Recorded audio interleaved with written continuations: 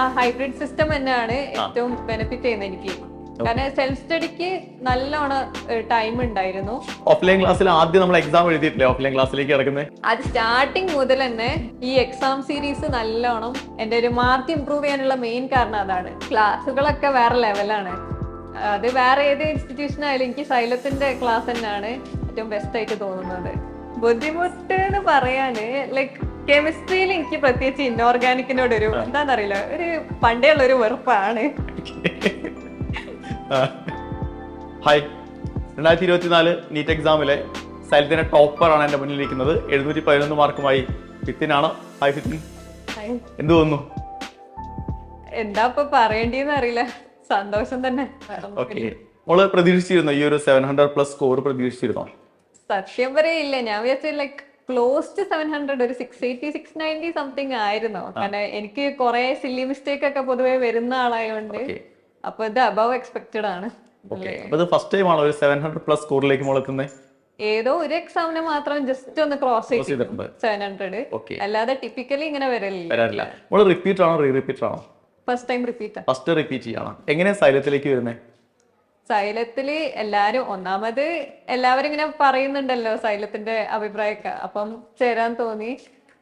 പിന്നെ നോക്കുമ്പോ നമ്മളെ ഈ ക്ലാസ്സുകളൊക്കെ വേറെ ലെവലാണ്. അത് വേറെ ഏത് ഇൻസ്റ്റിറ്റ്യൂഷൻ ആയാലും എനിക്ക് സൈലത്തിന്റെ ക്ലാസ് തന്നെയാണ് ഏറ്റവും ബെസ്റ്റ് ആയിട്ട് തോന്നുന്നത്. ഓക്കെ, മോള് ആദ്യത്തെ തവണ നീറ്റ് എഴുതിയിരുന്നു, പ്ലസ് 2 ബോർഡ് എക്സാം കഴിഞ്ഞ ഉടനെ നീറ്റ് എഴുതിയിരുന്നു. എത്രയായിരുന്നു സ്കോർ? എനിക്ക് 552 ഉണ്ട്. 552 ആണ്. അതിനാണ് നമ്മൾ 711 വന്നത് അല്ലേ? ഗ്രേറ്റ്. എങ്ങനെയുണ്ടായിരുന്നു സൈലത്തിന്റെ ക്ലാസ്സുകളൊക്കെ? ക്ലാസ്സുകളൊക്കെ എങ്ങനെയാ വെച്ചാല്, ഒന്നാമത് ആ ഹൈബ്രിഡ് സിസ്റ്റം തന്നെയാണ് ഏറ്റവും ബെനിഫിറ്റ് ചെയ്യുന്നത് എനിക്ക്.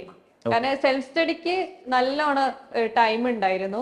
അതിന് ശേഷം നമ്മൾ ക്ലാസ് കേൾക്കുമ്പം നമ്മളെ ഡൗട്ട് ക്ലിയറൻസ് ഒക്കെ നല്ലോണം നടക്കും. ഹോസ്റ്റലിലായിരുന്നോ? അല്ല, ഞാൻ ഡെസ്ക്ടോപ്പ് ആയിരുന്നു. ഓക്കെ, ടീച്ചേഴ്സ് എങ്ങനെ അപ്രോച്ചബിൾ ആയിരുന്നു? അതൊരു ഭീകരന്മാരായ കുറെ ആളുകൾ ക്ലാസ്സിൽ വന്ന് പഠിപ്പിക്കുക? എനിക്ക് സ്കൂളിലൊക്കെ എനിക്ക് ഇങ്ങനെ ഡൗട്ട് ചോദിക്കാൻ ഭയങ്കര പേടിയായിരുന്നു.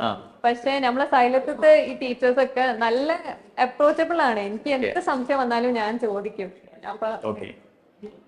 നമ്മളൊരു ക്ലാസ് റൂമിനെ കുറിച്ച് പറഞ്ഞു, നമ്മുടെ DPPകളില്ലേ, എന്താ അതിനെ കുറിച്ച് ഫിത്തിന്റെ അഭിപ്രായം? എത്രത്തോളം അത് ഫിത്തിനെ ഈ ഒരു സ്കോറിലേക്ക് എത്താൻ സഹായിച്ചിട്ടുണ്ടാവും? അത് ഒന്നാമത് എന്താ പറയാന്ന് വെച്ചാല്, അത് ഭയങ്കര കൺസൈസ് ആണ്. ലൈക്ക് നമുക്ക് എന്താണോ നീറ്റിന് കറക്റ്റ് ആവശ്യമുള്ള സാധനം അതിലുണ്ടാവും.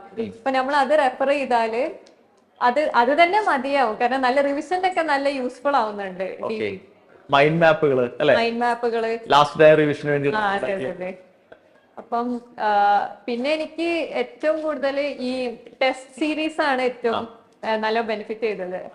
നമ്മളെ ഡെയിലി എക്സാം മുതൽ പിന്നെ മോക്ക് എല്ലാ ദിവസവും എക്സാം ഉണ്ടല്ലേ? ഓഫ്ലൈൻ ക്ലാസ്സിൽ ആദ്യം നമ്മൾ എക്സാം എഴുതിയിട്ടില്ലേ ഓഫ്ലൈൻ ക്ലാസ്സിലേക്ക് കിടക്കുന്നത്? അതന്നെ. അപ്പൊ അത് സ്റ്റാർട്ടിങ് മുതൽ തന്നെ ഈ എക്സാം സീരീസ് നല്ലോണം എന്റെ ഒരു മാർക്ക് ഇംപ്രൂവ് ചെയ്യാനുള്ള മെയിൻ കാരണം അതാണ്. ലൈക്ക് ഈ ഒരു ടെസ്റ്റ് സീരീസ് തന്നെയാണ്.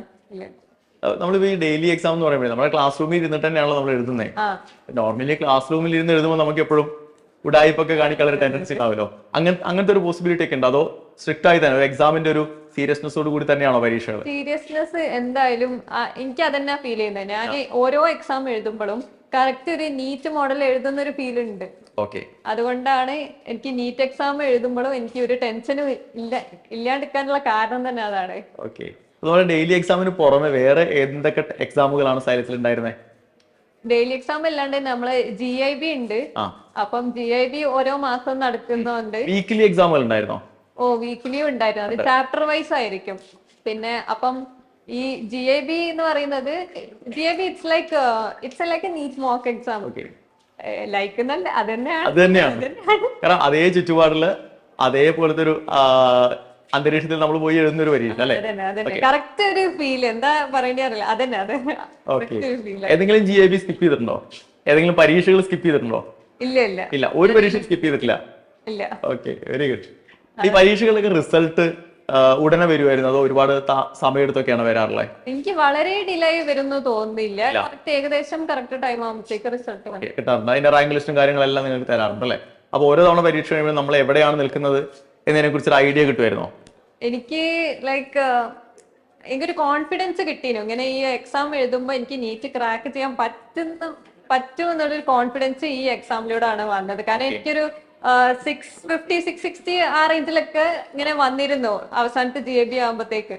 അപ്പൊ എനിക്ക് ഇങ്ങനെ കോൺഫിഡൻസ് വരാൻ തുടങ്ങി. ഇത് എനിക്ക് ഡെഫിനറ്റ്ലി ക്രാക്ക് ചെയ്യാൻ പറ്റുന്ന ഒരു സാധനമാണ് എന്ന ആ ഒരു ആത്മവിശ്വാസം തന്ന.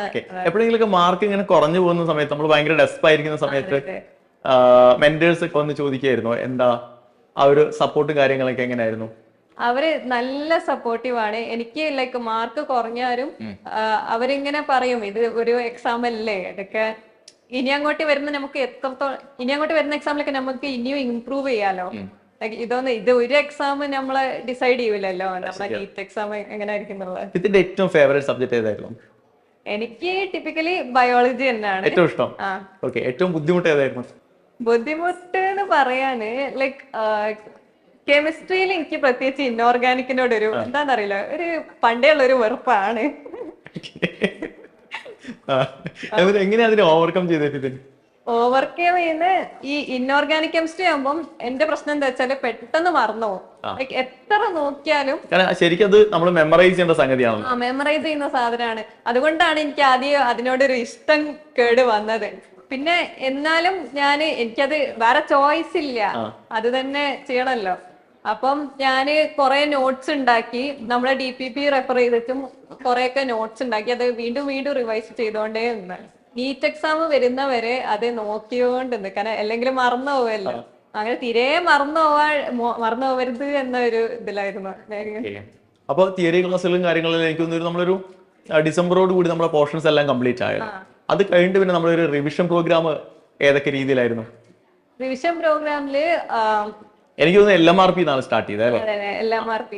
അപ്പം LMRPയില് എങ്ങനെയാന്ന് വെച്ച് കഴിഞ്ഞാല് ഫുൾ ലൈക്ക് നമ്മൾ ഇതുവരെ ഒരു 7 മാസം 10 മാസം ഒക്കെ എടുത്ത പോർഷൻസ് നമുക്ക് നല്ല ബ്രീഫിലായിട്ട് നല്ല സെറ്റ് ഓഫ് ക്വസ്റ്റ്യൻസ് അവർ തന്നേനു മോക്ക് എക്സാമില്. അപ്പൊ അതാ എനിക്ക് ഏറ്റവും കൂടുതൽ ഇഷ്ടപ്പെട്ട. കാരണം നീറ്റിൽ വരാൻ പറ്റുന്ന എല്ലാ പോസിബിൾ ക്വസ്റ്റ്യൻസും അവർ ഡിസ്കസ് ചെയ്തിനു. ഞാനൊരിക്കലും ക്ലാസ് കയറിയപ്പിനോട് പറഞ്ഞു NCERT അരച്ച് കലക്കിയിട്ടാണ് പിന്നെ കെമിസ്ട്രി ഫിസിക്സിന്റെ ക്വസ്റ്റ്യൻസ് ഉണ്ടാക്കിയിട്ടുള്ളത്. അതന്നെ എനിക്ക് തോന്നുന്നു NCERT നല്ലോണം സ്റ്റിക്ക് ചെയ്തിട്ടുണ്ട് അവര്. ഓക്കെ, LMRP കഴിഞ്ഞ് നമ്മൾ നേരെ പോയത് എനിക്ക് തോന്നുന്നു XPL-ലേക്കാണ് അല്ലെ, പ്രീമിയർ ലീഗിലേക്ക്, അടുത്ത റിവിഷൻ പ്രോഗ്രാം. ഓക്കെ, അതെങ്ങനെ ഉണ്ടായിരുന്നു? അതിലും പറയാനുള്ള ഇതൊക്കെ തന്നെയാണ്. ലൈക്ക് ഈ എക്സാമിലൂടെ എനിക്കിങ്ങനെ ലൈക്ക് ഓരോ എക്സാം എഴുതി അവസാനം നീറ്റും അതുപോലെ തന്നെ എഴുതിപ്പോയ ഒരു ഫീലിംഗ് ആണ്. സത്യം നമ്മളൊരു GAB പോയി എഴുതുന്ന ഫീലോട് കൂടിയാണ്. ഓക്കെ, അപ്പൊ മോൾക്ക് ഇനിയിപ്പോ സൈലത്തിലേക്ക് വരാൻ പോകുന്ന പുതിയ ആളുകളോട്, പുതിയ ബാച്ചിലുള്ള കുട്ടികളോട് എന്തെങ്കിലും പറയാനുണ്ടോ? എന്തെങ്കിലും അവരോട് പറയാനുള്ളത്, നമ്മള് മിസ്റ്റേക്സ് നല്ലോണം അനലൈസ് ചെയ്യണം. അതാണ് മെയിൻലി നമുക്ക് ഇമ്പോർട്ടന്റ് ആയിട്ടുള്ള ഒരു കാര്യം എന്ന് പറഞ്ഞാല്. കാരണം അത് നമ്മൾ വെറുതെ മോക്ക് എക്സാം എഴുതാൻ പോയി കുറെ എണ്ണം തെറ്റി നമ്മൾ അത് അവിടെ ഇട്ട് പിന്നെയും പഠിക്കാൻ പോയി. അതിനെക്കാട്ടി നല്ല എന്താണ് തെറ്റിയത്, എന്തുകൊണ്ടാണ് അത് തെറ്റിയത്, അത് കറക്റ്റ് നോട്ട് ചെയ്യുക. എന്നിട്ട് ഈ എപ്പോഴും ട്രബിൾ ആവുന്ന ചില ടൈപ്പ് ക്വസ്റ്റ്യൻസ് ഉണ്ടല്ലോ, അത് വീണ്ടും വീണ്ടും പ്രാക്ടീസ് ചെയ്യണം. അത് ശരിയാവുന്നവരെ അത് ഇങ്ങനെ റെക്ടിഫൈ ചെയ്തുകൊണ്ട് തന്നെ ഇരിക്കണം. അപ്പൊ അതാണ് മെയിൻ തിങ്, അനാലിസിസ് ആണ്. അപ്പം ഞാൻ മിസ്റ്റേക്ക് നോട്ട്ബുക്ക് ഒക്കെ വെക്കലുണ്ട്. ഈ ചെറിയ ടെസ്റ്റ് ഒക്കെ നടക്കും. ഇപ്പൊ ഈ ചെറിയ ടെസ്റ്റ് ആയാലും അതിൽ ഒരു ക്വസ്റ്റ്യൻ തെറ്റിയാൽ തന്നെ അത് ഞാൻ എഴുതും നോട്ട്ബുക്കിൽ. എന്നിട്ട് അത് അവസാന റിവിഷൻ ടൈം ഒക്കെ ആകുമ്പോഴത്തേക്ക് അത് ഒന്നും കൂടെ റിവൈസ് ചെയ്യും ഞാൻ. അപ്പം അത് ജസ്റ്റ് സജസ്റ്റ് ചെയ്യാണ്, അതൊരു നല്ല മെത്തേഡാണ്. ഓക്കെ, അപ്പൊ എന്തായാലും അടിപൊളിയാവട്ടെ. മോളൊരു സ്വപ്നം ഏത് സ്ഥാപനത്തിൽ പഠിക്കണം എന്നുള്ളതാണ്? എനിക്ക് പണ്ടേ കോഴിക്കോട് തന്നെ ആയിരുന്നു. കോഴിക്കോട്ടുകാർക്ക് എല്ലാം കോഴിക്കോട് മെഡിക്കൽ കോളേജിനോട് പ്രത്യേക സ്നേഹമാണ് അല്ലേ? അതന്നെ. ഓക്കെ, അപ്പൊ മോളെ എല്ലാ ആഗ്രഹങ്ങളും സഫലമാവട്ടെ, ഒരു ഗംഭീര ഡോക്ടർ ആവട്ടെ, എല്ലാവർക്കും മോട്ടിവേഷൻ ആവട്ടെ. All the best.